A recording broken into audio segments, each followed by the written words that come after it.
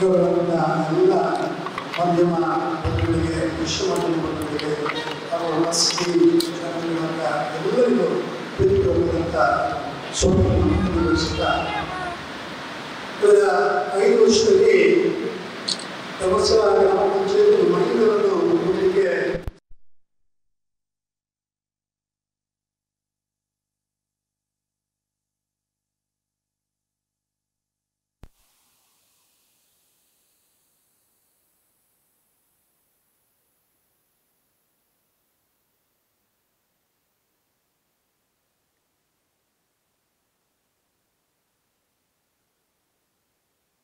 ಗ್ರಾಮ ಪಂಚಾಯತಿ 8 ವಾರ್ಡ್ಗಳು ವಿಭಿನ್ನವಾದಂಥ ವಾರ್ಡ್ಗಳು. ಒಂದು ಗ್ರಾಮೀಣ ಸೊಗಡನ್ನು ಹೊಂದಿದರೆ ಇನ್ನೊಂದು ವಾರ್ಡು ಆಧುನಿಕದ ಬಿಲ್ಡಿಂಗ್ಗಳನ್ನು ಹೊಂದಿರುವಂಥದ್ದು. ಹಾಗಾಗಿ ಇಲ್ಲಿಯ ಗ್ರಾಮೀಣ ಸೊಗಡು ಮತ್ತು ನಗರದ ಸಮ್ಮಿಳಿತ ಈ ಗ್ರಾಮದ ವಿಶೇಷತೆ. ಗ್ರಾಮೀಣ ವಾರ್ಡ್ಗಳಿಗೆ ಬೇಕಾದಂಥ ಸಮಸ್ಯೆಯನ್ನು ಪರಿಹಾರ ಮಾಡುವಂಥದ್ದು ಒಂದು ನಿಟ್ಟಾದರೆ, ನಗರ ಪ್ರದೇಶಗಳಲ್ಲಿ ಉಂಟಾಗುವಂಥ ಸಮಸ್ಯೆಗಳಿಗೆ ಕೂಡ ಸ್ಪಂದಿಸುವಂಥದ್ದು ಇದೊಂದು ಚಾಲೆಂಜ್ ಆಗಿ ಇದೆ. ಹಾಗಾಗಿ ಈ ಒಂದು ಗ್ರಾಮದ 8 ವಾರ್ಡ್ಗಳಲ್ಲಿ ಕೃಷಿಕರು ಹೆಚ್ಚಿನ ಸಂಖ್ಯೆಯಲ್ಲಿದ್ದಾರೆ. ಸುಮಾರು 1150 ಎಕರೆ ಕೃಷಿ ಭೂಮಿಯನ್ನು ಹೊಂದಿರುವಂಥ ಕೃಷಿಕರು ಇರುವಂತಹ ಇದೊಂದು ಗ್ರಾಮ. ಅದರ ಜೊತೆಗೆ ಧರ್ಮಸ್ಥಳ ಗ್ರಾಮ ಪಂಚಾಯತ್ ಮಂಡಲ ಪಂಚಾಯತಿನಿಂದ ಪ್ರಾರಂಭ ಮಾಡಿ ಇಲ್ಲಿಯವರೆಗೆ ಗ್ರಾಮದ ಎಲ್ಲ ಅಭಿವೃದ್ಧಿಯ ಕೆಲಸಗಳನ್ನು ಭಾಳ ಪ್ರಾಮಾಣಿಕವಾಗಿ ಜನಗಳಿಗೆ ಮುಟ್ಟುವ ನಿಟ್ಟಿನಲ್ಲಿ ಪಾರದರ್ಶಕವಾಗಿ ಪರಿಣಾಮಕಾರಿಯಾಗಿ ಮಾಡಿಕೊಂಡು ಬಂದಿದೆ ಅಂತ ಹೇಳಲಿಕ್ಕೆ ತುಂಬ ಸಂತೋಷ ಪಡ್ತೇನೆ. ಅದರ ಎಲ್ಲ ಸಾಧನೆಗಳ ಅವಲೋಕನವನ್ನು ಮಾಡಿದಂಥ ಸರ್ಕಾರ ನಮಗೆ ನಿರ್ಮಲ ಗ್ರಾಮ ಪುರಸ್ಕಾರ ಬಂದಿದೆ, ಗಾಂಧಿ ಗ್ರಾಮ ಪುರಸ್ಕಾರ ಬಂದಿದೆ, ಸ್ವಚ್ಛ ಹಿ ಸೇವಾ ಪುರಸ್ಕಾರ ಬಂದಿದೆ, ಡಾಕ್ಟರ್ ಶಿವರಾಮ್ ಕಾರಂತ ಪ್ರಶಸ್ತಿ ಬಂದಿದೆ. ಈ ಎಲ್ಲ ಪ್ರಶಸ್ತಿಗಳನ್ನು ಹೊಂದಬೇಕು ಅಂತೇಳಿದರೆ ಇಲ್ಲಿಯ ಗ್ರಾಮದ ಜನರ ಸಹಕಾರ ಮತ್ತು ನಮ್ಮ ಎಲ್ಲ ಸದಸ್ಯರ ಒಂದೇ ಮನಸ್ಸಿನ ಆಡಳಿತ ಯಂತ್ರ ಮತ್ತು ಆಡಳಿತ PDO ಇರ್ಬೋದು ಅಥವಾ ಸಿಬ್ಬಂದಿಗಳು ಪರಿಣಾಮಕಾರಿಯಾಗಿ ಪ್ರಾಮಾಣಿಕವಾಗಿ ಇಲ್ಲಿ ಕೆಲಸ ಮಾಡುವ ಕಾರಣ ಈ ಎಲ್ಲ ಪುರಸ್ಕಾರ ನಮಗೆ ಬಂದಿರುವಂಥದ್ದು. ಹಾಗೆ ಇಲ್ಲಿಯ ವಿಶೇಷತೆ ಅಂತೇಳಿದರೆ ಜನಸಂಖ್ಯೆ ಬಂದು 9818. ಇದು ಫಿಕ್ಸೆಡ್ ಆಗಿ ಇರುವಂಥದ್ದು. ಒಟ್ಟು ಪಾಪ್ಯುಲೇಷನ್, ಫ್ಲೋಟಿಂಗ್ ಪಾಪ್ಯುಲೇಷನ್ ನೋಡಿದರೆ 2022 ದಿನವೊಂದಕ್ಕೆ 30,000 ಜನ ಯಾತ್ರಿಕರು ಸರಾಸರಿ ಬಂದಿರುವಂಥ ದಾಖಲೆಗಳು ಕೂಡ ಇದೆ. ಅದೇ 2025 ಅದೊಂದು 32,000 ಜನ ಯಾತ್ರಿಕರು ಇಲ್ಲಿಗೆ ಬಂದಿರ್ತಾರೆ. ಇಲ್ಲಿಯ ಕ್ಷೇತ್ರದ ದರ್ಶನ ಮತ್ತು ಬೇರೆ ಬೇರೆ ವಿಭಾಗಗಳ ದರ್ಶನ ಮತ್ತು ಬೇರೆ ಬೇರೆ ಆಯಾಮಗಳಲ್ಲಿ ಕ್ಷೇತ್ರಕ್ಕೆ ಬರ್ತಾರೆ. ಹಾಗಾಗಿ ಈ ಕ್ಷೇತ್ರ ಧಾರ್ಮಿಕ ಕ್ಷೇತ್ರ ಮತ್ತು ಗ್ರಾಮೀಣ ವ್ಯವಸ್ಥೆ ಇರುವಂಥ ಒಂದು ಕ್ಷೇತ್ರವಾಗಿ ಇದೆ. ಹಾಗಾಗಿ ಈ ಕ್ಷೇತ್ರದ ಸಮಸ್ಯೆಗಳು ಏನು ಅಂತೇಳಿದರೆ, ಗ್ರಾಮದ 7 ವಾರ್ಡ್ಗಳಲ್ಲಿ ನಾವು ಒಂದು ಸ್ವಚ್ಛತೆಯನ್ನು ಪರಿಣಾಮಕಾರಿಯಾಗಿ ಒಂದು ಪ್ಲ್ಯಾನ್ಡ್ ಮಾಡಿದರೆ ನಗರ ಪ್ರದೇಶಕ್ಕೆ ಬರುವಾಗ ಇದು ನಮಗೆ ಚಾಲೆಂಜ್ ಆಗಿರ್ತದೆ. ಯಾಕಂತೇಳಿದರೆ ಬರುವಂಥ ಬೇರೆ ಬೇರೆ ರೀತಿಯ ಹಿನ್ನೆಲೆ ಹೊಂದಿರುವಂಥ ಅಭ್ಯಾಸಗಳನ್ನು ಹೊಂದಿದಂಥ ಯಾತ್ರಿಕರು ಬಂದಾಗ ಬೇರೆ ಬೇರೆ ರೀತಿಯಲ್ಲಿ ಅಲ್ಲಲ್ಲಿ ಕಸವನ್ನು ಬಿಸಾಡುವಂಥದ್ದು, ಪ್ಲಾಸ್ಟಿಕ್ ಎಸೆಯುವಂಥದ್ದು ಇದೆಲ್ಲವೂ ಆಗಿರುವಂಥದ್ದು. ಹಾಗಾಗಿ ಈ 2 ಚಾಲೆಂಜನ್ನು ಭಾಳ ಪರಿಣಾಮಕಾರಿಯಾಗಿ ನಾವು ನಡೆಸ್ಕೊಂಡು ಬರ್ತಾ ಇದ್ದೇವೆ. ಸ್ವಚ್ಛತೆಯ ಬಗ್ಗೆ ಕೂಡ ಭಾಳ ವಿಶೇಷವಾದಂಥ ಕಾಳಜಿಯನ್ನು ನಾವು ಕೈಗೊಂಡಿದ್ದೇವೆ. ಇಡೀ ರಾಜ್ಯದಲ್ಲಿ 4 ಕ್ಷೇತ್ರವನ್ನು ಏಕಬಳಕೆಯ ಪ್ಲಾಸ್ಟಿಕ್ ನಿಷೇಧ ಗ್ರಾಮ ಮಾಡಬೇಕು ಅಂತೇಳಿ ರಾಜ್ಯ ಸರ್ಕಾರ ತೀರ್ಮಾನಗೊಂಡಾಗ ಅದರಲ್ಲಿ ಒಂದು ಧಾರ್ಮಿಕ ಕ್ಷೇತ್ರ ಧರ್ಮಸ್ಥಳವನ್ನು ಆಯ್ಕೆ ಮಾಡಿದರು. ಅದು ಕೂಡ ನಮಗೆ ಚಾಲೆಂಜ್ ಆಯಿತು. ಯಾಕೆಂತೇಳಿದರೆ ಧಾರ್ಮಿಕ ಕ್ಷೇತ್ರದಲ್ಲಿ 200ರಿಂದ 250 ಅಂಗಡಿ ಮುಂಗಟ್ಟುಗಳು ಇರುವಂಥದ್ದು. ಯಾತ್ರಿಕರ ಪೂರೈಕೆಗಳಿಗೆ ಬೇಕಾದಂಥ ಸಲಕರಣೆಗಳನ್ನು ಕೊಡುವಂಥ ಸಂದರ್ಭದಲ್ಲಿ ಅವರು ಅದನ್ನು ಹೊತ್ತುಕೊಂಡು ಹೋಗಲಿಕ್ಕೆ ಪ್ಲಾಸ್ಟಿಕ್ ಬ್ಯಾಗ್ಗಳನ್ನು ಕೇಳುವಂಥದ್ದು, ಇದೊಂದು ಅಭ್ಯಾಸ ಬಂದಿರುವಂಥದ್ದು. ಒಮ್ಮೆಗೆ ಕಟ್ ಮಾಡಬೇಕು ಅಂತೇಳಿದರೆ ತುಂಬ ಚಾಲೆಂಜ್ ಆಗಿತ್ತು. ಅದನ್ನು ಕೂಡ ಅಕ್ಟೋಬರ್ 2ನೇ ತಾರೀಕಿನ 2013ರಲ್ಲಿ ನಮ್ಮ ರಾಜ್ಯಸಭಾ ಸದಸ್ಯರು ಡಾಕ್ಟರ್ ಡಿ ವೀರೇಂದ್ರ ಹೆಗ್ಗಡೆಯವರು ಧರ್ಮಸ್ಥಳವನ್ನು ಏಕಬಳಕೆಯ ಪ್ಲಾಸ್ಟಿಕ್ ನಿಷೇಧ ಗ್ರಾಮವಾಗಿ ಒಂದು ಘೋಷಣೆಯನ್ನು ಮಾಡ್ತಾರೆ. ಅಲ್ಲಿಂದ ನಂತರ ನಿರಂತರವಾಗಿ ಆ ಪ್ಲಾಸ್ಟಿಕ್ ನಿಷೇಧದ ಬಗ್ಗೆ ಕಾರ್ಯಗಳು ಆಗ್ತಾ ಹೋಗ್ತದೆ. ಅದರಲ್ಲಿಯೂ ಒಂದಷ್ಟು ಸಾಧನೆಯನ್ನು ಮಾಡಿ ಒಂದಷ್ಟು ಪೆನಾಲ್ಟಿಗಳಲ್ಲಾಗ್ತದೆ, ಗ್ರಾಮಸ್ಥರಿಗೆ ಸ್ವಲ್ಪ ಇರಿಸು ಮುರುಸುಗಳಾಗ್ತದೆ. ಆದರೂ ಕಠಿಣವಾದಂಥ ಕ್ರಮವನ್ನು ಪರಿಸರ ಇಲಾಖೆಯ ಜೊತೆಗೆ ಗ್ರಾಮ ಪಂಚಾಯತ್ ತೆಗೆದುಕೊಂಡ ಕಾರಣ ಅದರಲ್ಲಿಯೂ ಒಂದು ರೀತಿಯ ಸಾಧನೆಯನ್ನು ನಾವು ಮಾಡಿದ್ದೇವೆ. ಇನ್ನು ಇಲ್ಲಿರುವಂಥ ಮನೆಗಳು ಒಟ್ಟು 2858 ಕುಟುಂಬಗಳು ಧರ್ಮಸ್ಥಳ ಗ್ರಾಮದಲ್ಲಿ ನಿರಂತರ ವಾಸ್ತವ್ಯವನ್ನು ಹೊಂದಿರುವಂಥ ಕುಟುಂಬಗಳು. ಅದರಲ್ಲಿ ಒಂದು 2518 ವಾಸ್ತವ್ಯ ಮನೆಗಳು, 484 ವಾಣಿಜ್ಯ ಕಟ್ಟಡಗಳಿರುವಂತಹ ಗ್ರಾಮ, 6 ಶಾಲೆಗಳನ್ನು ಹೊಂದಿದೆ. ಹಾಗೆ ಅಂಗನವಾಡಿ 10 ಅಂಗನವಾಡಿಗಳನ್ನು ಹೊಂದಿದೆ. ಪ್ರಾಥಮಿಕ ಆರೋಗ್ಯ ಕೇಂದ್ರವೂ ಕೂಡ ಒಂದು ಇದೆ. ಈ ರೀತಿಯ ಹಾಲು ಉತ್ಪಾದಕರ ಸಂಘ, KSRTC ಸಂಸ್ಥೆ, ಒಟ್ಟು 1563 ಬೀದಿ ದೀಪಗಳನ್ನು ಹೊಂದಿರುವಂತಹ ಗ್ರಾಮ. ಹಾಗಾಗಿ ಇದು ಕೂಡ ನಮಗೆ ಒಂದು ಚಾಲೆಂಜು. ಅದರ ಜೊತೆಗೆ ಅಮೃತ ಮಹೋತ್ಸವ, ಸ್ವಾತಂತ್ರ್ಯೋತ್ಸವದ ಅಮೃತ ಮಹೋತ್ಸವ ಸಂದರ್ಭದಲ್ಲಿ ಅಮೃತ ಪಂಚಾಯತ್ ಅಂತ ಹೇಳುವಂಥ ನಿಟ್ಟಿನಲ್ಲಿ ನಮ್ಮದು ಆಯ್ಕೆಯಾಗಿ ಅಲ್ಲಿ ಒಂದಷ್ಟು ಕಾರ್ಯಕ್ರಮಗಳು ನಮಗೆ ಬಂತು. ಅದನ್ನು ಕೂಡ ನಾವು ಪರಿಣಾಮಕಾರಿಯಾಗಿ ಮಾಡಿಕೊಂಡು ಕನ್ಯಾಡಿಯಲ್ಲಿ ನೀವು ಬರುವಾಗ ಗಮನಿಸಿದ್ದೀರಿ, ಆ ಕನ್ಯಾಡಿಯ ಅಂಗನವಾಡಿಯ ಎದುರುಗಡೆ ಇರುವಂಥ ಸ್ಥಳ ಎಲ್ಲ ಕೊಳೆತ ಶವಗಳ ಮೊಟ್ಟೆಗಳ ಅಥವಾ ಕೊಳೆತ ನರಿನಾಯಿಗಳು, ಆಮೇಲೆ ಬೇರೆ ತ್ಯಾಜ್ಯಗಳು, ಕಟ್ಟಡದ ವೇಸ್ಟ್ಗಳನ್ನು ಹಾಕ್ತಿದ್ದಂಥ ಒಂದು ಪ್ರದೇಶವಾಗಿತ್ತು. ಆದರೆ ಅಮೃತ ಗ್ರಾಮ ಪಂಚಾಯತ್ ಬಂದಾಗ ನಾವು ಅದನ್ನೊಂದು ಕಾಯಕಲ್ಪ ಕೊಡಬೇಕು, ಇದೊಂದು ಒಂದು ಉದ್ಯಾನವನ ಮಾಡಬೇಕು ಅಂತೇಳುವಂಥ ಸಂಕಲ್ಪದೊಂದಿಗೆ ಅದನ್ನು ಉದ್ಯಾನವನ ಮಾಡಿದೆವು. ಭಾಳ ಸುಂದರವಾದಂಥ ಉದ್ಯಾನವನ ಇವತ್ತು ಮೂಡಿ ಬಂದಿದೆ. ಇದು ಅಮೃತ ಮಹೋತ್ಸವದ ನಿಟ್ಟಿನಲ್ಲಿ ನಮ್ಮ ಸಾಧನೆಗಳು. ವಿಶೇಷವಾಗಿ ವಿಶೇಷ ಚೇತನರು, ಎಲ್ಲ ಗ್ರಾಮಗಳಲ್ಲಿ ವಿಶೇಷ ಚೇತನರಿದ್ದರೆ ಅವರಿಗೆ ಪಂಚಾಯಿತಿ ನಿಧಿಯಲ್ಲಿ ವೈಯಕ್ತಿಕ ಸೌಲಭ್ಯಗಳಿಗೆ ಸಹಾಯ ಹಸ್ತವನ್ನು ಕೊಡ್ತಾರೆ. ಆದರೆ ನಾವು ಆ ವಿಶೇಷ ಚೇತನರ ಒಂದು ಸ್ಪಂದನ ಅಂತೇಳುವಂಥ ಒಂದು ಕೊಠಡಿಯನ್ನು ಮಾಡಿ ಅವರ ಮೀಟಿಂಗ್ಗಳಿರ್ಬೋದು, ಅವರ ಆರೋಗ್ಯ ಚೆಕಪ್ಗಿರ್ಬೋದು, ಅಥವಾ ಸ್ವಸಹಾಯ ಸಂಘಗಳ ಕಾರ್ಯವೈಖರಿಗಳಿಗೆ ಅವರಿಗೆ ಉಪಯೋಗ ಆಗುವ ನಿಟ್ಟಿನಲ್ಲಿ, ಮತ್ತು ಏನಾದರೂ ಗುಡಿ ಕೈಗಾರಿಕೆ ಅವರು ಮಾಡುವಂಥ ಇಚ್ಛೆಗಳಿದ್ದರೆ ಅದಕ್ಕೂ ಕೂಡ ಒಂದು ಕಟ್ಟಡವನ್ನು ಕನ್ಯಾಡಿಯಲ್ಲಿ ನಾವು ನಿರ್ಮಿಸಿಕೊಟ್ಟಿದ್ದೇವೆ. ಇದು ಜಿಲ್ಲೆಯಲ್ಲಿಯೂ ಇಲ್ಲ, ಜಿಲ್ಲೆಯ ಬೇರೆ ಬೇರೆ ತಾಲೂಕುಗಳಿಗೆ ಹೋಲಿಸಿದರೆ ಧರ್ಮಸ್ಥಳ ಗ್ರಾಮ ಪಂಚಾಯತಿಯಲ್ಲಿರುವಂಥದ್ದು ವಿಶೇಷ. ಇನ್ನು ಶುದ್ಧ ನೀರಿನ ಘಟಕ, ಯಾತ್ರಿಕರಿಗೆ ಬೇಕಾದಂಥ ಶುದ್ಧ ನೀರಿನ ಘಟಕವನ್ನು ಕೂಡ ನಾವು ಹೊಂದಿದ್ದೇವೆ. ಒಟ್ಟು 105 ವಿಶೇಷ ಚೇತನರು ಈ ಗ್ರಾಮದಲ್ಲಿ ಇದ್ದಾರೆ. 13 ಮೊಬೈಲ್ ಟವರ್ಗಳಿದೆ, 6 ATMಗಳಿದೆ. ಇದರ ವಿಶೇಷ ಅಂತೇಳಿದರೆ ಕರ್ನಾಟಕ ರಾಜ್ಯದ ಗ್ರಾಮ ಪಂಚಾಯಿತಿಗಳಲ್ಲಿ ಅತಿ ಹೆಚ್ಚು ತೆರಿಗೆಯನ್ನು ಸಂಗ್ರಹ ಮಾಡಿದಂತಹ ಒಂದು ಶ್ಲಾಘನೆ ಧರ್ಮಸ್ಥಳ ಗ್ರಾಮ ಪಂಚಾಯತಿಗೆ. 1,56,00,000 ಬೇಡಿಕೆಯಲ್ಲಿ 1,06,27,121 ರೂಪಾಯಿ ತೆರಿಗೆಯನ್ನು ಸಂಗ್ರಹ ಮಾಡಿ, ಈ ತೆರಿಗೆ ಸಂಗ್ರಹದಲ್ಲಿ ಈಗಾಗಲೇ ದಕ್ಷಿಣ ಕನ್ನಡದಲ್ಲಿ ನಂಬರ್ 1 ಟಾಪಲ್ಲಿದ್ದೇವೆ. ಅಂತೇಳಿದರೆ 80.67% ತೆರಿಗೆ ಸಂಗ್ರಹವನ್ನು ಮಾಡಿದ ನಿಟ್ಟಿನಲ್ಲಿ ಇದೊಂದು ದೊಡ್ಡ ಸಾಧನೆಯಾಗಿದೆ. ಇದಕ್ಕೆ ಸಹಕಾರ ನಮ್ಮ ಎಲ್ಲ ಗ್ರಾಮಸ್ಥರು ಕೂಡ ಕೊಟ್ಟಿದ್ದಾರೆ. ಗ್ರಾಮಸ್ಥರು ಕ್ಲಪ್ತ ಸಮಯದಲ್ಲಿ ತೆರಿಗೆಯನ್ನು ಕಟ್ಟಿರುವ ಕಾರಣ ಈ ಒಂದು ಸಾಧನೆಯನ್ನು ಸಾಧಿಸಲಿಕ್ಕಾಗಿದೆ. ಅದಕ್ಕೆ ಪ್ರೋತ್ಸಾಹಕವಾಗಿ ನಾವು ಜನಸ್ಪಂದನ ಕಾರ್ಯಕ್ರಮಗಳಲ್ಲಿ, ಗ್ರಾಮ ಸಭೆಗಳಲ್ಲಿ ಯಾರು ಪ್ರಾಮಾಣಿಕವಾದಂಥ ಕ್ಲಪ್ತ ಸಮಯದ ತೆರಿಗೆ ಪಾವತಿದಾರರಿದ್ದಾರೆ ಅವರನ್ನು ಪ್ರೋತ್ಸಾಹಿಸಿ ಸನ್ಮಾನಿಸುವಂಥ ಕಾರ್ಯಕ್ರಮವು ಕೂಡ ನಿರಂತರವಾಗಿ ಮಾಡಿಕೊಂಡು ಬರ್ತಾ ಇದ್ದೇವೆ. ಅದೊಂದು ರೋಲ್ ಮಾಡೆಲ್ ಆಗಿ ಬೇರೆಯವರಿಗೂ ಪ್ರೇರಣೆ ಆಗ್ತದೆ. ಹಾಗಾಗಿ ಇದೊಂದು ಸಾಧನೆಯ ಮೈಲುಗಲ್ಲು. ಒಟ್ಟು ಪಂಚಾಯಿತಿ ನಿಧಿಯ 5 ವರ್ಷದ ಕಾಮಗಾರಿಯಲ್ಲಿ 4,70,86,777 ರೂಪಾಯಿ ನಮ್ಮ ಪಂಚಾಯತ್ ನಿಧಿಯ ಕಾಮಗಾರಿ ಅಂತೇಳಿದರೆ, ಏನು ನಮಗೆ ನಮ್ಮ ಪಂಚಾಯತಿ ನಿಧಿ ಇದೆ, ಸ್ವನಿಧಿ ಇದೆ, ಅದರಿಂದ ಅಷ್ಟು ಕಾಮಗಾರಿಗಳನ್ನು ಮಾಡಿದ್ದೇವೆ.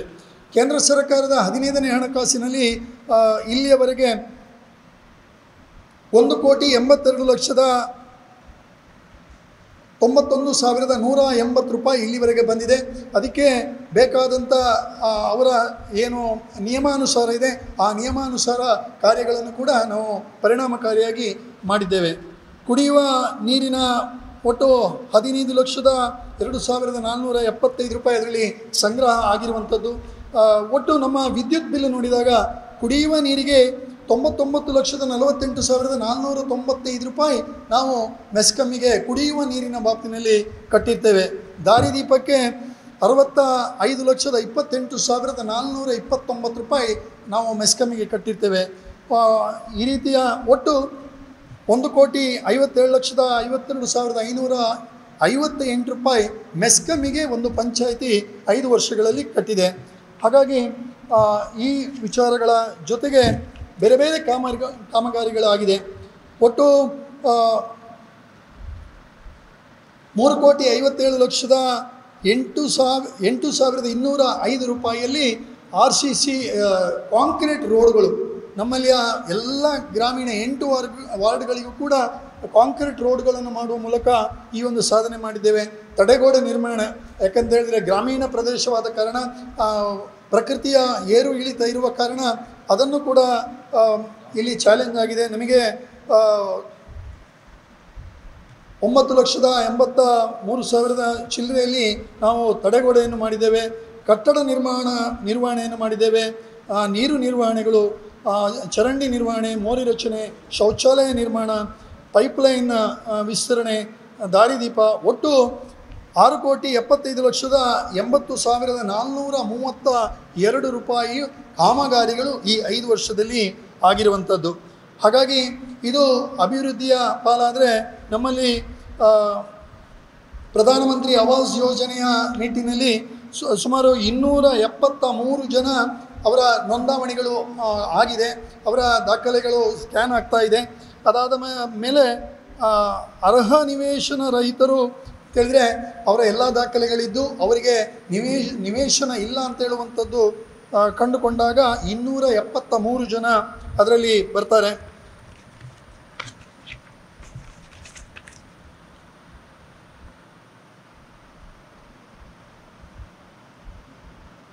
ಒಟ್ಟು ಇಲ್ಲಿಯವರೆಗೆ 1,06,33,802 ತೆರಿಗೆ ಸಂಗ್ರಹಣೆ ಆಗಿದೆ. ಹಾಗಾಗಿ ಧರ್ಮಸ್ಥಳದ ಬೇರೆ ಬೇರೆ ಮೂಲಗಳಿಂದ ನಮಗೆ ಕಟ್ಟಡ ಬಾಡಿಗೆಯಲ್ಲಿ, ಯಾಕಂತೇಳಿದರೆ ಇದೊಂದು ಧಾರ್ಮಿಕ ಕ್ಷೇತ್ರವಾಗಿರುವ ಕಾರಣ ಅಂಗಡಿ ಮುಗ್ಗಟ್ಟುಗಳ ಒಂದು ದೊಡ್ಡ ರೆವೆನ್ಯೂ ಇದೆ. ಅದು ಸಾಧಾರಣ 40,72,400 ರೂಪಾಯಿ ನಮಗೆ ಸಂಗ್ರಹ ಆಗಿರುವ ಕಾರಣ ಇದೊಂದು ಪಂಚಾಯಿತಿಗೆ ದೊಡ್ಡ ನಿಧಿಯಾಗಿದೆ. ಇನ್ನು ಅಂಗಡಿಯ ಪರವಾನಗಿಯಲ್ಲಿ 7,94,000, ಸ್ವಚ್ಛತೆಯಲ್ಲಿ 4,55,200, ನೀರು ಸರಬರಾಜು ಶುಲ್ಕ ಸುಮಾರು 20,68,930.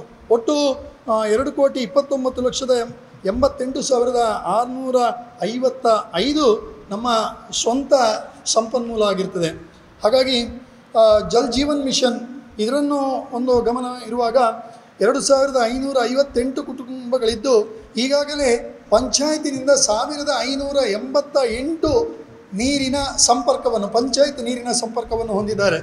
JJM ಯೋಜನೆಯಡಿ 626 ಕುಟುಂಬಗಳಿಗೆ ನೀರಿನ ಸರಬರಾಜು ಸಂಪರ್ಕವನ್ನು ನಾವು ಈ ಸದ್ರಿ ಕ್ರಮದಲ್ಲಿ ತಗೊಂಡಿದ್ದೇವೆ. ಇನ್ನೊಂದು ದೊಡ್ಡ ಪ್ರಾಜೆಕ್ಟ್ ಅಂತೇಳಿದರೆ 26.15 ಕೋಟಿಯ ಕರ್ನಾಟಕ ಅರ್ಬನ್ ವಾಟರ್ ಸಪ್ಲೈ ಸ್ಕೀಮ್ನಲ್ಲಿ ನೆರಿಯ ಹೊಳೆಯಿಂದ ಧರ್ಮಸ್ಥಳ ಕ್ಷೇತ್ರ ಮತ್ತು ಪಂಚಾಯಿತಿಯ ಭಾಗಗಳ ಉಪಯೋಗಕ್ಕಾಗಿ ಒಂದು ನೀರಿನ ಯೋಜನೆಗಳು ಕೂಡ ಪೂರ್ಣ ಹಂತವಾಗಿದೆ.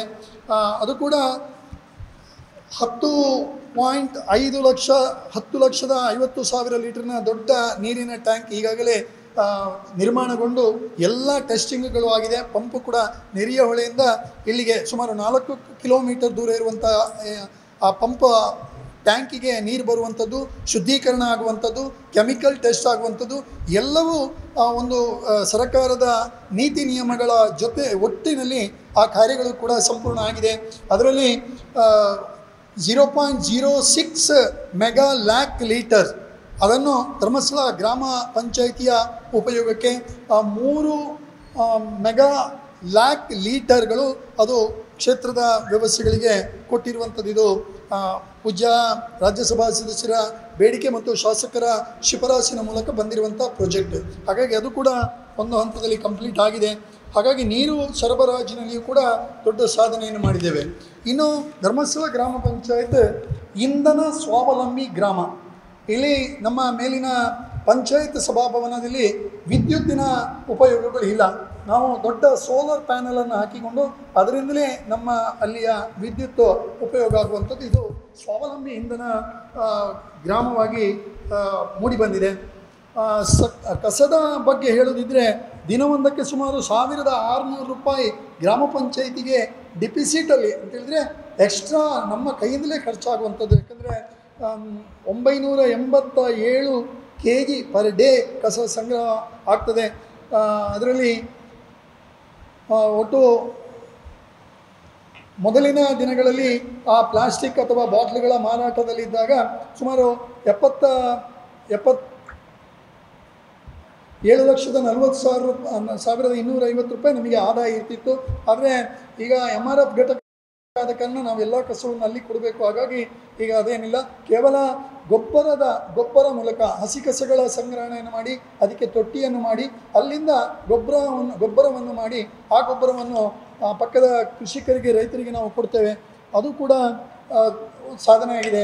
ಇನ್ನೊಂದು, ನಮ್ಮ ಆ ತ್ಯಾಜ್ಯ ಘಟಕದಲ್ಲಿ ಕೋಳಿ ಸಾಕಣೆಯನ್ನು ಕೂಡ ಮಾಡ್ತಾ ಇದ್ದೇವೆ. ಯಾಕಂದರೆ ಇರುವಂಥ ಹಸಿ ಕಸವನ್ನು ತಿಂದ ಕೋಳಿಗಳಿರ್ತವೆ. ಆ ಕೋಳಿಗಳನ್ನು ವರ್ಷದಲ್ಲಿ 2-3 ಸಲ ಏಲಂ ಮಾಡುವ ಮೂಲಕ, ಸಾರ್ವಜನಿಕ ಏಲಂ ಮಾಡುವ ಮೂಲಕ ಅದು ಕೂಡ ಒಂದು ಪುಟ್ಟ ರೆವೆನ್ಯೂ ಇದೆ. ಅಲ್ಲಿ ಒಂದು ಜೇನು ಸಾಕಣೆಯನ್ನು ಕೂಡ ಆ ಭಾಗದಲ್ಲಿ ಮಾಡ್ತಾ ಇದ್ದೇವೆ. ಒಟ್ಟು ಇಷ್ಟು ಪಂಚಾಯಿತಿಯ ವಿಷಯ. ಹಾಗಾಗಿ ಈ ಎಲ್ಲ ಸಾಧನೆಗಳನ್ನು ಮಾಡಿದೆ. ಮಾನ್ಯ ಶಾಸಕರು, ಸಂಸದರು, ರಾಜ್ಯಸಭಾ ಸದಸ್ಯರು, ವಿಧಾನ ಪರಿಷತ್ ಸದಸ್ಯರ ನಿಧಿಯಿಂದ ಗ್ರಾಮಕ್ಕೆ ಒಂದಷ್ಟು ಅನುದಾನಗಳು ಬಂದಿದೆ. ಮಾನ್ಯ ಶಾಸಕರಾದಂಥ ಹರೀಶ್ ಪೂಂಜಾರಿ ಇವರಿಂದ ಸುಮಾರು 77 ಕೋಟಿ ಅಂತೇಳಿದರೆ ಕ್ಷೇತ್ರದ ನೀರಿನ ವ್ಯವಸ್ಥೆಗಳು, ಡ್ಯಾಮ್ಗಳಿರ್ಬೋದು ಅಥವಾ ನೇತ್ರಾವತಿಯ ಕಿಂಡಿ ಅಣೆಕಟ್ಟಿನ ಮಾರ್ಪಾಡಿರ್ಬೋದು, ಬೇರೆ ಬೇರೆ ಕಾಮಗಾರಿಗಳಿಗೆ ಒಟ್ಟು 77 ಕೋಟಿ ರೂಪಾಯಿಯವರೆಗಿನ ಅನುದಾನಗಳು ಬಂದಿದೆ. ಮಾನ್ಯ ಸಂಸದರಾದಂಥ ನಳಿನ್ ಕುಮಾರ್ ಕಟೀಲ್ರವರು, ಮಾಜಿ ಸಂಸದರಾದ ನಳಿನ್ ಕುಮಾರ್ ಕಟೀಲ್ರವರು ಕೂಡ ಸುಮಾರು 40 ಲಕ್ಷ ಅನುದಾನವನ್ನು ಕ್ಷೇತ್ರದ ಬೇರೆ ಬೇರೆ ಭಾಗಗಳಲ್ಲಿ ಕೊಟ್ಟಿದ್ದಾರೆ. ವಿಶೇಷ ಅಂತೇಳಿದರೆ ಮಾನ್ಯ ರಾಜ್ಯಸಭಾ ಸದಸ್ಯರು ಪೂಜ್ಯ ಡಾಕ್ಟರ್ ಡಿ ವೀರೇಂದ್ರ ಹೆಗ್ಗಡೆಯವರು ಈ ಒಂದು ಪರಿಸರದ ಅವರ ರಾಜ್ಯಸಭಾ ನಿಧಿಯಿಂದ ಇಲ್ಲಿಯ ಪರಿಶಿಷ್ಟ ಜಾತಿಯ ಕಾಲೋನಿ ಅಶೋಕನಗರದ ಮೂಲ ಸೌಕರ್ಯಗಳ ಅಭಿವೃದ್ಧಿಗೋಸ್ಕರ 2,41 ಲಕ್ಷ ರೂಪಾಯಿಯನ್ನು ಈ ಬಾರಿಯ ಈ ಸಾಲಿನ ಅವರ ಅನುದಾನದಲ್ಲಿ ಕೊಟ್ಟಿದ್ದಾರೆ. ಅದರಲ್ಲಿ CC ಚರಂಡಿಗಳು, ಆಮೇಲೆ CC ಕಾಂಕ್ರೀಟ್ ರೋಡ್ಗಳು, ಆಮೇಲೆ ಬೀದಿ ದೀಪಗಳು, ಇದೆಲ್ಲವೂ ಪ್ರಾಜೆಕ್ಟ್ ಇರುವಂಥದ್ದು. ಇನ್ನು ಮುಳಿಕಾರ್ ಎಂಬಂಥ ಪರಿಶಿಷ್ಟ ಪಂಗಡದ ಕಾಲೋನಿಗೆ ಅಲ್ಲಿಯ CC ರಸ್ತೆಗಳು ಸಂಪೂರ್ಣ ಹದಗೆಟ್ಟಿರುವ ಕಾರಣ ಅದನ್ನು ಕೂಡ ನಾವು ಬೇಡಿಕೆ ಇಟ್ಟಾಗ ಅದಕ್ಕೂ ಕೂಡ 50 ಲಕ್ಷ ರೂಪಾಯಿಯ ಅನುದಾನವನ್ನು ನಮಗೆ ಭರವಸೆ ಕೊಟ್ಟಿದ್ದಾರೆ. ಅದನ್ನು ಕೂಡ ಕೊಡ್ತಾ ಇದ್ದಾರೆ. ಹಾಗೆ ಮಾನ್ಯ ವಿಧಾನ ಪರಿಷತ್ ಸದಸ್ಯರಾದಂಥ ಮಾಜಿ ಸದಸ್ಯರಾದಂಥ ಹರೀಶ್ ಕುಮಾರ್ ಅವರು ಕೂಡ ನಮ್ಮ ಅಭಿವೃದ್ಧಿಯಲ್ಲಿ ಸುಮಾರು 3 ಲಕ್ಷ ರೂಪಾಯಿಯವರೆಗಿನ ಅನುದಾನವನ್ನು ಬೇರೆ ಬೇರೆ ಸಂದರ್ಭದಲ್ಲಿ ಕೊಟ್ಟಿದ್ದಾರೆ. ಹಾಗೆ ಪ್ರಸ್ತುತ MLC ಆದಂಥ ಪ್ರತಾಪ್ ಸಿಂಗ್ ನಾಯಕ್ ಅವರು ಕೂಡ ಈ ಭಾಗದ ಅಭಿವೃದ್ಧಿಯಲ್ಲಿ ಕನ್ಯಾಡಿಯ ಶಾಲೆಗೆ ಒಂದು 5 ಲಕ್ಷ, ಹಾಗೆ ಇಲ್ಲಿಯ ಮುಳಿಕಾರಿನ ಪರಿಶಿಷ್ಟ ಪಂಗಡದ ಕಾಲೋನಿಗೆ 5 ಲಕ್ಷ, ಸುಮಾರು 10 ಲಕ್ಷ ರೂಪಾಯಿಯನ್ನು ಅವರು ಕೊಟ್ಟಿದ್ದಾರೆ. ವಿಧಾನ ಪರಿಷತ್ ಸದಸ್ಯರಂಥ ಮಂಜುನಾಥ್ ಭಂಡಾರಿ ಅವರು ಕೂಡ ಈಗಾಗಲೇ 2 ಲಕ್ಷ ರೂಪಾಯಿಯ ಅನುದಾನವನ್ನು ಕೊಟ್ಟಿದ್ದಾರೆ. ಅದನ್ನು ಮುಂದಿನ ಕಾಮಗಾರಿಗಳಿಗೆ ನಮಗೆ ಉಪಯೋಗ ಆಗಲಿಕ್ಕಿದೆ. ಒಟ್ಟು ಜನಪ್ರತಿನಿಧಿಗಳು ಎಲ್ಲರ ಸಹಕಾರದಿಂದ ಈ ಧರ್ಮಸ್ಥಳ ಗ್ರಾಮ ಒಂದು ಸುಸಜ್ಜಿತವಾದಂಥ ಒಂದಷ್ಟು ಮೂಲ ಸೌಕರ್ಯವನ್ನು ಹೊಂದಿರುವಂಥ ಗ್ರಾಮ ಅಂಥೇಳಿ ನಮ್ಮ ಒಂದು ಭಾವನೆ. ಹಾಗಾಗಿ ಇದಕ್ಕೆ ಸಹಕರಿಸಿದಂಥ ಎಲ್ಲ ಬಂಧುಗಳಿಗೂ ಕೂಡ ಜನಪ್ರತಿನಿಧಿ ಕೂಡ ವಿಶೇಷವಾದಂಥ ಸಹಕಾರ. ಅದರ ಒಟ್ಟಿಗೆ ಶ್ರೀ ಕ್ಷೇತ್ರ ಧರ್ಮಸ್ಥಳ ಸ್ವಚ್ಛತೆಯ ವಿಚಾರದಲ್ಲಿ ಇಲ್ಲಿ ಸಂಗ್ರಹ ಆಗುವಂಥ ಕಸ ನಮಗೆ ಚಾಲೆಂಜ್ ಆಗಿರುವ ಕಾರಣ ಪೇಟೆಯ ಒಂದಷ್ಟು ಭಾಗದ ಕಸವನ್ನು ಕೂಡ ಅವರು ಸಂಗ್ರಹಣೆ ಮಾಡಿಕೊಂಡು ವಿಲೇವಾರಿಯನ್ನು ಮಾಡ್ತಾರೆ. ನಾವು ಕೂಡ ಮಾಡ್ತಾ ಇದ್ದೇವೆ. ಹಾಗಾಗಿ ಜಂಟಿಯಲ್ಲಿ ಈ ಕಾರ್ಯವನ್ನು ನಾವು ಮಾಡ್ತಾ ಇದ್ದೇವೆ. ಹಾಗೆ ಧರ್ಮಸ್ಥಳ ಗ್ರಾಮ ಪಂಚಾಯತಿನ ಗ್ರಂಥಾಲಯ ಇದು ಕೂಡ ಒಂದು ತಾಲೂಕಿನ ಒಂದು ಶ್ರೇಷ್ಠ ಗ್ರಂಥಾಲಯ ಆಗಿದೆ. ಸುಮಾರು 26,020 ಪುಸ್ತಕಗಳು ಹೊಂದಿದೆ. ಅದರಲ್ಲಿ ಓದುವ ಬೆಳಕು ಕಾರ್ಯಕ್ರಮದಲ್ಲಿ 1,611 ಮಕ್ಕಳು ಸದಸ್ಯತ್ವ ಹೊಂದಿದ್ದಾರೆ. ಡಿಜಿಟಲ್ ಗ್ರಂಥಾಲಯದಲ್ಲಿ 1,500 ಮಕ್ಕಳು ಸದಸ್ಯತ್ವ ಹೊಂದಿದ್ದಾರೆ. 18 ವರ್ಷ ಮೇಲ್ಪಟ್ಟ ಒಟ್ಟು 3,129 ಜನ ಗ್ರಂಥಾಲಯದ ಸದಸ್ಯರಾಗಿದ್ದಾರೆ. ಡಿಜಿಟಲ್ ಗ್ರಂಥಾಲಯದಲ್ಲಿ ಒಟ್ಟು 600 ಜನ ಸದಸ್ಯತ್ವ ಹೊಂದಿದ್ದಾರೆ. ಒಟ್ಟು 4,740 ಜನ ಈ ನಮ್ಮ ಲೈಬ್ರರಿಯ ಗ್ರಂಥಾಲಯದ ಸದಸ್ಯತ್ವವನ್ನು ಹೊಂದಿದ್ದಾರೆ. ಗ್ರಂಥಾಲಯ ಅಭಿವೃದ್ಧಿ ಸಮಿತಿ ಅಂತ ಹೇಳುವಂಥ ನಿಟ್ಟಿನಲ್ಲಿ ಕೂಡ ಒಳ್ಳೆಯ ಕೆಲಸಗಳಾಗ್ತಾ ಇದೆ. ಈಗಾಗಲೇ ಇದರ ಪಕ್ಕದಲ್ಲಿ ನೂತನವಾದಂಥ ಸುಸಜ್ಜಿತವಾದಂಥ ಕಟ್ಟಡ ಕೂಡ ಒಂದು 85% ಪೂರ್ತಿ ಆಗಿದೆ. ಲೈಬ್ರರಿಯ ಕಟ್ಟಡ ಒಟ್ಟು 24 ಲಕ್ಷ ರೂಪಾಯಿಯ ಕಟ್ಟಡ. ಅಮೃತ ಗ್ರಾಮದಲ್ಲಿ 3,30,000 ನಾವು ಇಟ್ಟಿದ್ದೇವೆ. ಪಂಚಾಯಿತಿಯ ನಿಧಿಯಲ್ಲಿ 5 ಲಕ್ಷವನ್ನು ಇಟ್ಟಿದ್ದೇವೆ. ಒಟ್ಟು 37.3 ಲಕ್ಷ ಅನುದಾನವನ್ನು ಕೊಟ್ಟಂಥ ಈ ಮನೆ ಗ್ರಂಥಾಲಯ ಕೂಡ ಮುಂದೆ ಜನಗಳ ಸೇವೆಗಾಗಿ ತೆರೆದುಕೊಳ್ಳಿಕ್ಕಿದೆ. ಇನ್ನು ಕೆಲವೇ ದಿನಗಳಲ್ಲಿ ಆಗಲಿಕ್ಕಿದೆ. ಇದರಲ್ಲಿ ಕಾನೂನಿನ ಸ್ವಲ್ಪ ಸರಿಸಿಕೊಂಡು ಜನರಿಗೆ ಉಪಯೋಗ ಆಗುವ ರೀತಿಯಲ್ಲಿ, ಯಾಕಂದರೆ ಪರಿಶಿಷ್ಟ ಜಾತಿಯ ಭಾಗದವರಿಗೆ ಒಬ್ಬರು ಸಂಪೂರ್ಣ ಮನೆ ದುಸ್ಥಿತಿಯಲ್ಲಿತ್ತು, ಸಾಧ್ಯವೇ ಇರಲಿಲ್ಲ. ಎಲ್ಲವೂ ಕುಸಿದು ಹೋಗುವಂಥ ಸಂದರ್ಭದಲ್ಲಿ ಅದನ್ನು ಪರಿಗಣಿಸಿ ಮ್ಯಾಕ್ಸಿಮಮ್ ಎಷ್ಟು ಸಹಕಾರ ಮಾಡಲಿಕ್ಕಾಗ್ತದೆ ಅಷ್ಟನ್ನು ಕೊಟ್ಟು ಪಂಚಾಯಿತಿಯ ಸದಸ್ಯರು ಮತ್ತು ಸಿಬ್ಬಂದಿಗಳೆಲ್ಲ ಸೇರಿಕೊಂಡು ಅವರಿಗೆ ಒಂದು ಸುಸಜ್ಜಿತವಾದಂಥ ಮನೆಯನ್ನು ಕೂಡ ಮಾಡುವಂಥ ಕೆಲಸಗಳು ಈ ಗ್ರಾಮ ಪಂಚಾಯತಿಯಿಂದ ಆಗಿದೆ. ಹಾಗೆ ವಿಶೇಷ ಚೇತನರು ನಾರ್ಯದ ಒಬ್ಬ ತುಂಗಪ್ಪ ಮತ್ತು ಅವರ ಫ್ಯಾಮಿಲಿ ಅವರ ಎಲ್ಲ ಪೂರೈಕೆಗಳಿಗೆ ಅಂದರು ಮುಖ್ಯವಾಗಿ ಇಡೀ ಕುಟುಂಬವೇ ದೃಷ್ಟಿಯನ್ನು ಕಳೆದುಕೊಂಡಿದೆ, ಏನೂ ಕಾಣುವುದಿಲ್ಲ. ಆದರೂ ಮನದ ಬೇಡಿಕೆಗಳು ತುಂಬ. ಹೀಗೆ ಹೋದಾಗ ಅವರಿಗೆ ವೀಲ್ ಚೇರ್ ಅಥವಾ ಇತರನ್ನೆಲ್ಲ ಕೊಟ್ಟಾಗ ನನಗೆ ಅದರಲ್ಲಿ ಒಬ್ಬ ತುಂಗಪ್ಪರವರು ಹೇಳಿದರು, ನನಗೆ ಇಡೀ ದೇಶದ ಎಲ್ಲ ವಿಚಾರಗಳು ಗೊತ್ತಾಗಬೇಕು, ಹಾಡುಗಳು ಕೇಳಬೇಕು, ನನಗೂ ಕೂಡ ಏನಾದರೂ ಮಾಡಬೇಕು ಅಂತೇಳುವಂಥ ತುಡಿತ ಮನಸ್ಸಿನ ಒಳಗಡೆ ಬರ್ತದೆ, ನನಗೊಂದು ರೇಡಿಯೋವನ್ನು ಕೊಡಬೇಕು ಅಂತ ಕೇಳಿಕೊಂಡು ಆಗ ನಾವು ಇಲ್ಲಿಂದ ಹೋಗಿ ಒಂದು ರೇಡಿಯೋವನ್ನು ಒದಗಿಸಿ ಅವರ ಒಂದು ಬದುಕಿನ ಸುಂದರ ಕನಸುಗಳನ್ನು ಕಾಣಲಿಕ್ಕೆ ಕೂಡ ನಾವು ಪ್ರೋತ್ಸಾಹ ಮಾಡಿದ್ದೇವೆ. ಅದು ಕೂಡ ಒಳ್ಳೆಯ ಕಾರ್ಯ ಆಗಿದೆ. ಇದೇ ರೀತಿ ಧರ್ಮಸ್ಥಳ ಗ್ರಾಮದ ಈ 8 ವಾರ್ಡುಗಳಲ್ಲಿ ಕೂಡ ಮಳೆ ಹಾನಿಯಿಂದ ಬೇರೆ ಬೇರೆ ಸಂದರ್ಭಗಳಾದಂಥ ತೊಂದರೆಗಳಿಗೆ ಗ್ರಾಮ ಪಂಚಾಯತಿನ ಲಿಮಿಟನ್ನು ಮೀರಿ ಕೂಡ ನಾವು ಸಹಕಾರ ಮಾಡಿದ್ದೇವೆ. ಹಾಗಾಗಿ ಇಷ್ಟು ಕಾರ್ಯಗಳನ್ನು ನಾವು ಮಾಡಿದ್ದೇವೆ. ಧರ್ಮಸ್ಥಳ ಗ್ರಾಮ ಪಂಚಾಯತಿನ ಈ ಎಲ್ಲ ಕಾರ್ಯಗಳಿಗೆ ಸಹಕರಿಸಿದಂಥ ಜನಪ್ರತಿನಿಧಿಗಳಿಗೆ, ಪಂಚಾಯತ್ ಸದಸ್ಯರುಗಳಿಗೆ, ಗ್ರಾಮಸ್ಥರಿಗೆ, ವಿಶೇಷವಾಗಿ ಪತ್ರಿಕಾ ಪ್ರತಿನಿಧಿಗಳು, ನಮಗೆ ಮಾಧ್ಯಮ ಬಂಧುಗಳು ನಮಗೆ ಸಂದರ್ಭೋಚಿತವಾದಂಥ ಸಲಹೆಗಳನ್ನು ಕೊಟ್ಟಾಗ ಅದನ್ನು ಕೂಡ ಅನುಷ್ಠಾನ ಮಾಡುವಲ್ಲಿ ಸಹಕಾರಿಯಾಗಿದೆ. ಹಾಗಾಗಿ ನಿಮಗೂ ಕೂಡ ವಿಶೇಷವಾದಂಥ ಅಭಿವಂದನೆಗಳನ್ನು ಸಲ್ಲಿಸಿದ್ದೇವೆ.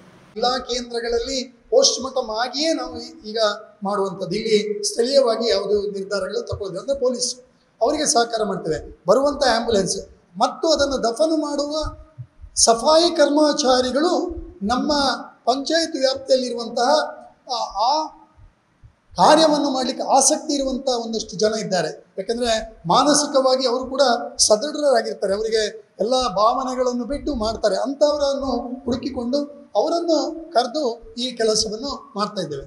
ಇದು ನಿರಂತರವಾಗಿ ನಡ್ಕೊಂಡು ಬಂದಿರುವಂಥದ್ದು. ಇದು ಈ ಲೆಕ್ಕಾಚಾರ ಎಲ್ಲಿಂದ ಅಂತೇಳಿದರೆ 1900 ಗ್ರಾಮ ಪಂಚಾಯತ್ ಯಾವಾಗ ಶುರುವಾಯಿತು ಅದರ ನಂತರದ 1980-81 ಹಾಗೆ ನಿರಂತರವಾಗಿ ನಮ್ಮ ಆಡಿಟ್ನಲ್ಲಿ ಅನಾಥ ಶವಗಳ ದಫನಕ್ಕೆ ಅಂತ ಹೇಳುವಂಥ ಖರ್ಚುಗಳು ಇದೆ. ಇದಕ್ಕೆ ಪೂರಕ ದಾಖಲೆ ಇಲ್ಲದಿದ್ದರೆ ನಾವು ಗ್ರಾಮ ಪಂಚಾಯತ್ ಮಾಡಲಿಕ್ಕೆ ಆಗೋದೇ ಇಲ್ಲ. ದಾಖಲೆಗಳ ಸಹಿತವಾಗಿ ನಾವು ಮಾಡಿರುವಂಥದ್ದು. ಆಮೇಲೆ ಇವತ್ತಿನ ಮಾಧ್ಯಮಗಳ ಮೂಲಕ ಅಥವಾ ಇದು ನನಗೆ ಯಾರು ಏನು ಅಂತೇಳಿ ಗೊತ್ತಿಲ್ಲ, ನಾವು ಸ್ಥಳೀಯ ಆ ಕೆಲಸವನ್ನು ಮಾಡುವ ಕೌಶಲ್ಯ ಇರುವಂಥವರನ್ನು ಉಪಯೋಗ ಮಾಡಿಕೊಂಡು ಅವರಿಗೆ ಪೇಮೆಂಟ್ ಮಾಡ್ತೇವೆ. ಪೇಮೆಂಟ್ ಮಾಡಿದರೆ ವೋಚರ್ ಕೂಡ ಮಾಡ್ತೇವೆ, ಅವರ ಹೆಸರಿಗೆ ವೋಚರನ್ನು ಕೂಡ ಮಾಡ್ತೇವೆ. ಇದು ಇಷ್ಟು ದಾಖಲೆಗಳು ನಿರಂತರವಾಗಿ ಪಂಚಾಯತಿಯಲ್ಲಿ ನಾವು ಇಟ್ಟುಕೊಂಡಿದ್ದೇವೆ. ಹಾಗಾಗಿ ಯಾವುದೋ ಒಂದು ಹೇಳಿಕೆಗಳು ಅಥವಾ ಇದಕ್ಕೋಸ್ಕರ ನಮ್ಮ ವ್ಯವಸ್ಥೆಗಳು ಪಕ್ಕಾ ಇದೆ. ಇದರಲ್ಲಿ ಬಹಳ ಜನನ ಮತ್ತು ಮರಣದ ಎಲ್ಲ ದಾಖಲೆಗಳು ಮತ್ತು ಅದಕ್ಕೆ ಕೊಡುವಂಥ ಗೌರವವನ್ನು ಗ್ರಾಮ ಪಂಚಾಯತ್ ನಿರಂತರವಾಗಿ ಮಾಡಿಕೊಂಡು ಬರ್ತಾ ಇದೆ. ಇಲ್ಲ, ನಮ್ಮ ಗಮನಕ್ಕೆ ಬರದೆ ಅಂತ ಹೇಳಿದ್ರೆ ಅದು ಕ್ರಿಮಿನಲ್ ಅಫೆನ್ಸ್ ಆಯಿತು. ಪಂಚಾಯತಿಯ ಗಮನಕ್ಕೆ ಬರದೆ ಮಾಡಿದರೆ ಅದು ದೊಡ್ಡ ಅಪರಾಧ. ನಮ್ಮ ಇಲ್ಲಿ ಇಲ್ಲ, ಯಾವುದೂ ಇಲ್ಲ. ಪ್ರತಿಯೊಂದು ಅನಾಥ ಶವ ಅಂತ ಹೇಳುವಂಥದ್ದು ಆಗಬೇಕು ಅಂತ ಹೇಳಿದ್ರೆ ಗ್ರಾಮ ಪಂಚಾಯತಿಯ ಮಾಹಿತಿ ಬರಬೇಕು, ಇಲ್ಲಿಯ ವ್ಯವಸ್ಥೆ ಆಗಬೇಕು, ಇಲ್ಲಿ ಅದಕ್ಕೆ ದುಡ್ಡು ಏನು ಖರ್ಚು ಮಾಡಬೇಕು. ಇದು ನಮ್ಮ ದಾಖಲೆಗಳು ಇದೆ ಸರ್. ನಮ್ಮಲ್ಲಿ 89ರಿಂದ ದಾಖಲೆಗಳಿದೆ. ಗ್ರಾಮ ಪಂಚಾಯತ್ ಆಗಿನ ದಿನಗಳಲ್ಲಿ ಕಡಿಮೆ ಇತ್ತು. ಯಾತ್ರಿಕರ ಸಂಖ್ಯೆ ಯಾವಾಗ ಜಾಸ್ತಿ ಆಗ್ತಾ ಹೋಯಿತು ಆಗ ಬೇರೆ ಬೇರೆ, ನಾನು ಆಗಲೇ ಹೇಳಿದಾಗ ಬೇರೆ ಬೇರೆ ಮನೋಭೂಮಿಕೆಯಲ್ಲಿ ಬಂದಿರುವಂಥವ್ರು. ನಾವು ಸುಮ್ಮನೆ ಒಮ್ಮೆ ಆ ವ್ಯಾಪ್ತಿಗೆ ಹೋದರೆ ಒಬ್ಬ ಶ್ರೇಷ್ಠ ಚಲನಚಿತ್ರ ನಟನೆ ಹೇಳಿದರು, ನಾನು ಧರ್ಮಸ್ಥಳಕ್ಕೆ ಆತ್ಮಹತ್ಯೆಗೆ ಅಂತ ಮನಸ್ಸು ಮಾಡಿ ಬಂದೆ, ಮತ್ತೆ ಬಂದು ಮನಸ್ಸು ಚೇಂಜ್ ಆಯಿತು ಅಂತೇಳಿ. ಹಾಗೆ ಬೇರೆ ಬೇರೆಯವರು ಇದ್ದಾರೆ. ಎಲ್ಲಿವರೆಗೆ ಅಂತ ನಿಮ್ಮ ಗಮನಕ್ಕೆ, ನಮ್ಮಲ್ಲಿ ಒಬ್ಬ ಕಾಂಜ ಅಂತ ಹೇಳುವಂಥ ಮುಳುಗು ತಜ್ಞ, ಅವನನ್ನು ಕೂಡ ನಾವು ಪಂಚಾಯಿತಿಯ ಲೇಬರ್ ಆಗಿ ಇಟ್ಟುಕೊಂಡಿದ್ದೆವು. ಅವರು ಕೂಡ ಈ ರೀತಿ ಆದಾಗ ಒಂದು ವೇಳೆ ಅವರ ಬದುಕುವ ಎಂದು ಗೋಲ್ಡನ್ ಅವರ್ ಸಮಯದಲ್ಲಿ ಆದರೆ ಅವರನ್ನು ಉಪಯೋಗ ಮಾಡಿ ಆ ಬಾಡಿಯನ್ನು ತೆಗೆದು ಬದುಕಿಸಿದಂಥ ಉದಾಹರಣೆಗಳು ಇದೆ. ಅಥವಾ ನೀರಿನಲ್ಲಿ ಮುಳುಗಿದಂತಹ ಶವವನ್ನು ಕಾಂಜ ಅಂತ ಹೇಳೋರು ಪಂಚಾಯಿತಿಯ ವರ್ಕರ್ ಆಗಿರ್ತಾರೆ, ಅವರು ಮಾಡದಿರುವಂಥ ತುಂಬ ಘಟನೆಗಳಿದೆ. ಅವರಿಗೆ ಪೇಮೆಂಟ್ ಆಗಿರುವಂಥ ದಾಖಲೆಗಳು ಕೂಡ ಇದೆ. ಇದು ಪಂಚಾಯಿತಿ ದಾಖಲೆಗಳನ್ನು ಸಾರ್ವಜನಿಕಕ್ಕೆ ಕೊಡಬೇಕು ಅಂತ ಹೇಳಿದ್ರೆ ಅದಕ್ಕೊಂದು ವ್ಯವಸ್ಥೆ ಇದೆ. ಯಾಕಂತ ಹೇಳಿದ್ರೆ ಈಗ ಇರುವಂತಹ ಸೂಕ್ಷ್ಮ ಪರಿಸ್ಥಿತಿ ಮತ್ತು ಆ ಎಲ್ಲ ಪ್ರಕರಣಗಳು ಕೋರ್ಟಿನಲ್ಲಿ ಇರುವ ಕಾರಣ ಅದರ ಬಗ್ಗೆ ನಾವು ಜಾಸ್ತಿ ಇದು ಮಾಡಲಿಕ್ಕೆ ಆಗೋದಿಲ್ಲ. ಹಾಗಾಗಿ ನಿಯಮಾನುಸಾರವಾಗಿ ಯಾರು ಅಪ್ಲೈ ಮಾಡಿಕೊಂಡು ಇದನ್ನು ಕೇಳ್ತಾರೆ ಅವರಿಗೆ ನಾವು ನಮ್ಮ ದಾಖಲೆಗಳನ್ನು ಕೊಡ್ತೇವೆ.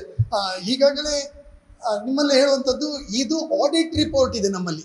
ವಾರ್ಷಿಕವಾದಂಥ ಆಡಿಟ್ನಲ್ಲಿ ಅನಾಥ ಶವ ದಫನಕ್ಕೆ ಇಷ್ಟು ಖರ್ಚಾಗಿದೆ ಅಂತ ಹೇಳುವಂಥದ್ದನ್ನು ಕೊಟ್ಟು ಎಲ್ಲ ಆಡಿಟ್ ಇದು ಕೊನೆಯ ಸೈನ್ ಇದೆ, ಗೆಜೆಟೆಡ್ ಆಫೀಸರ್ ಸೈನ್ ಮಾಡಿರುವಂಥದ್ದು ಕೂಡ ಇದೆ. ಇಷ್ಟೆಲ್ಲ ಪರಿಪೂರ್ಣವಾದಂಥ ದಾಖಲೆಗಳಿದೆ. ಇಲ್ಲ, ನಾವು ಮಾಹಿತಿ ಹಕ್ಕಲ್ಲಿ ಕೇಳಬೇಕು. ಮಾಹಿತಿ ಹಕ್ಕಲ್ಲಿ ಕೇಳಿಕೊಂಡು ಕೊಡುವಂಥದ್ದು ನಮ್ಮ ಒಂದು ನಿಯಮ.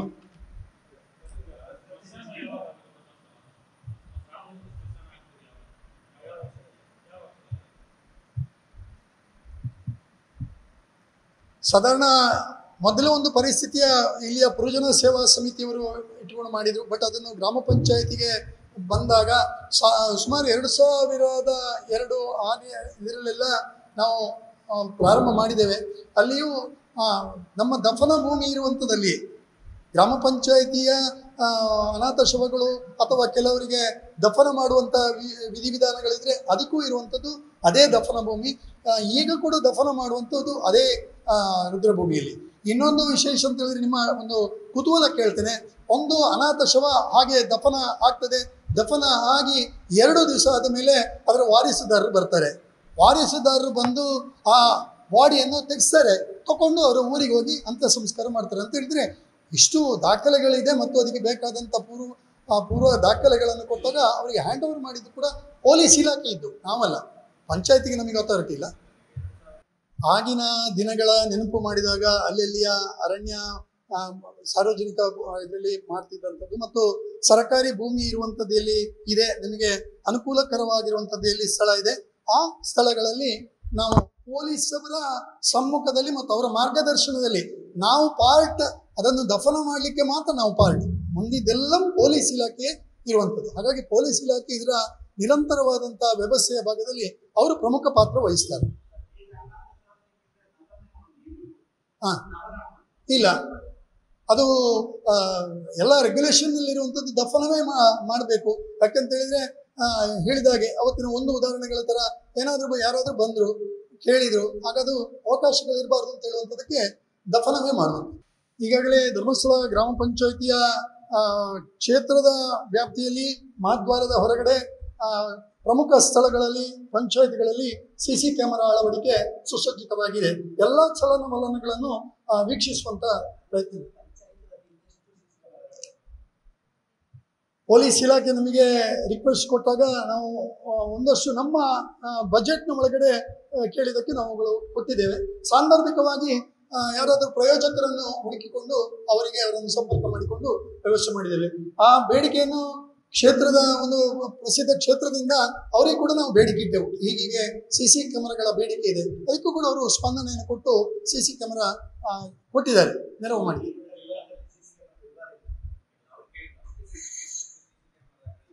ಅದೇ ನಾವು ಇದನ್ನು ಏನು ಮಾಡಿದ್ದೇವೆ ಅಂತ ಹೇಳಿದ್ರೆ ಸಾರ್ವಜನಿಕ ವ್ಯವಸ್ಥೆಯಲ್ಲಿ ಅವರು ಮಾಡಿದ್ದಾರೆ. ಹಾಗಾಗಿ ನಾವು ಇದನ್ನು ನಮ್ಮ ರಿಕ್ವೆಸ್ಟ್ ಮಾತ್ರ ಇರುವಂಥದ್ದು. ಯಾಕಂದ್ರೆ ಹೇಳ್ತೇವೆ, ಯಾಕೆಂತ ಹೇಳಿದ್ರೆ ಅವರು ಕೂಡ ಧರ್ಮಸ್ಥಳ ಗ್ರಾಮ ಅಂತ ಹೇಳುವಾಗ ಧರ್ಮಸ್ಥಳ ಗ್ರಾಮ 8 ವಾರ್ಡ್ಗಳು, 7,000 ಚಿಲ್ಲರೆ ಎಕರೆ ಭೂಮಿಗಳು, ಇದೆಲ್ಲವೂ ಧರ್ಮಸ್ಥಳ. ಕೇವಲ ಕ್ಷೇತ್ರ ಅಥವಾ ಅದನ್ನು ಗುರಿ ಮಾಡಿಕೊಂಡು ಇಡೀ ಗ್ರಾಮವನ್ನು ಬೆಟ್ಟು ಮಾಡುವಂಥದ್ದು ಸರಿಯಾದ ವ್ಯವಸ್ಥೆಗಳಲ್ಲ. ಅದಕ್ಕೆ ಏನು ದಾಖಲೆಗಳಿದೆ ಅದನ್ನು ಒದಗಿಸಿಕೊಂಡು ನ್ಯಾಯವನ್ನು ಪಡಿಬೇಕು. ಬಿಟ್ಟರೆ ಧರ್ಮಸ್ಥಳದ ಏನೋ ಒಂದು ಪ್ರಕರಣವನ್ನು ಹಿಡ್ಕೊಂಡು ಅದನ್ನು ಬೇರೆ ಬೇರೆ ನರೇಷನ್ ಮಾಡಿಕೊಂಡು ಹೋಗುವಂಥದ್ದು, ಮತ್ತೆ ಪುನಃ ಪಂಚಾಯಿತಿಯನ್ನು ಎಳೆಯುವಂಥದ್ದು ಸರಿಯಿಲ್ಲ. ಪಂಚಾಯಿತಿ ಮಟ್ಟದಲ್ಲಿ ನಾವು ಅದನ್ನು ಬಹಳ ಖಂಡಿಸ್ತೇವೆ. ಯಾಕಂದರೆ ಇದು ಗ್ರಾಮಕ್ಕೆ ಬಂದಂಥ ಒಂದು ಕಪ್ಪು ಚುಕ್ಕೆ. ಇಡೀ ಗ್ರಾಮ ಅಂತ ಹೇಳಿದರೆ ಕೇವಲ ಒಂದು ದೇವಸ್ಥಾನ ಒಂದು ಭಾಗ ಅಲ್ಲ.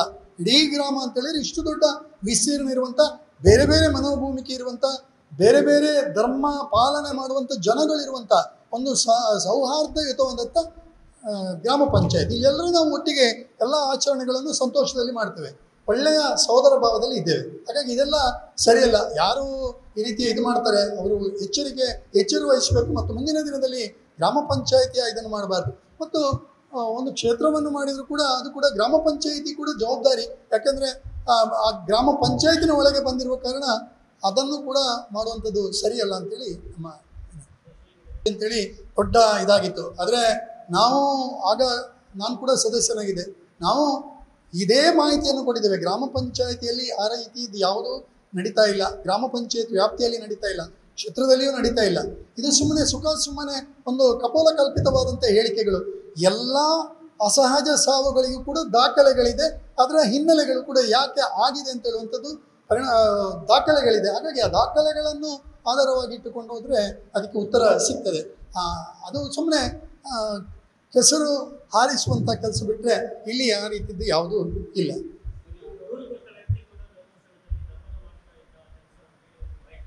ನನಗೆ ಯಾರು ಏನು ಅಂತೇಳಿ ನನಗೂ ಏನು ಗೊತ್ತಿಲ್ಲ. ನೀವು ಹೇಳಿದಾಗೆ ಯಾರು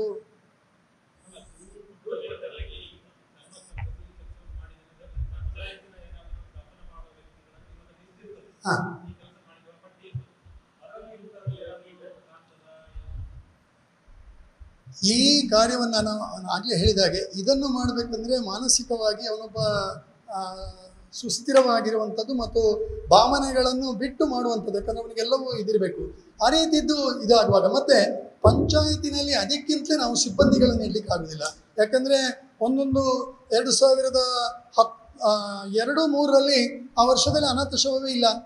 ಹಾಗಾಗಿ ಇದು ಏನೋ ಒಂದು ಇಮಿಡಿಯೇಟ್ ಸಡನ್ ಆಗಿರುವಂಥ ಪ್ರಕರಣಗಳು. ಅದಕ್ಕೆ ಬೇಕಾದಂಥ ಸ್ಥಳೀಯ ಇವರನ್ನು ಯಾರು ಸಫಾಯಿ ಕರ್ಮಚಾರಿಗಳನ್ನು ಅಥವಾ ಆ ಕೆಲಸವನ್ನು ಮಾಡುವಂಥವರು ಅವರುಗಳು ಕೂಡ ಆ ದಿನದಲ್ಲಿ ಬಂದು ಮಾಡ್ತಾರೆ. ಅದು ಬಿಟ್ಟರೆ ಆ ದಿನದ ಸಂಭಾವ್ಯವನ್ನು ತಗೊಳ್ತಾರೆ, ಅವರು ಹೋಗ್ತಾರೆ. ಹಾಗಾಗಿ ಇದರಲ್ಲಿ ಇದ್ದಾರಾ ಇಲ್ವ ಅಂತ ಹೇಳಲಿಕ್ಕೆ, ಯಾಕೆಂದರೆ ನಾವು ಅದನ್ನು ದಾಖಲೆಗಳನ್ನು ಮಾಡಲಿಕ್ಕೆ ಇದು ಆಗೋದಿಲ್ಲ.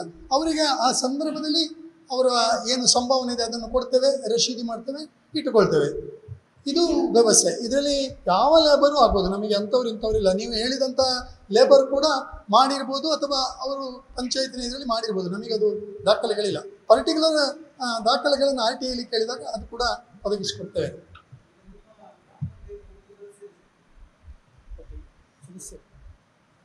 $25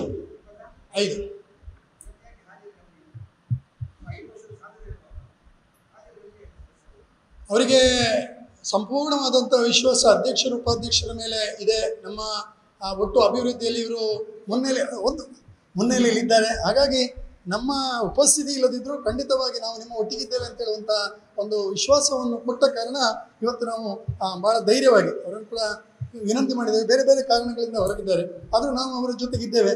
ಯಾಕಂದರೆ ನೀವು ಆ ಗ್ಯಾಪ್ ಆಗಬಾರ್ದು, ಅದನ್ನು ಸರಿ ಮಾಡೋ ನಿಟ್ಟಿನಲ್ಲಿ. ಯಾಕಂದರೆ ಪ್ರಶ್ನೆ ಒಂದು ಸಣ್ಣ ಗ್ಯಾಪ್ ಆಗ್ತದೆ. Thank you.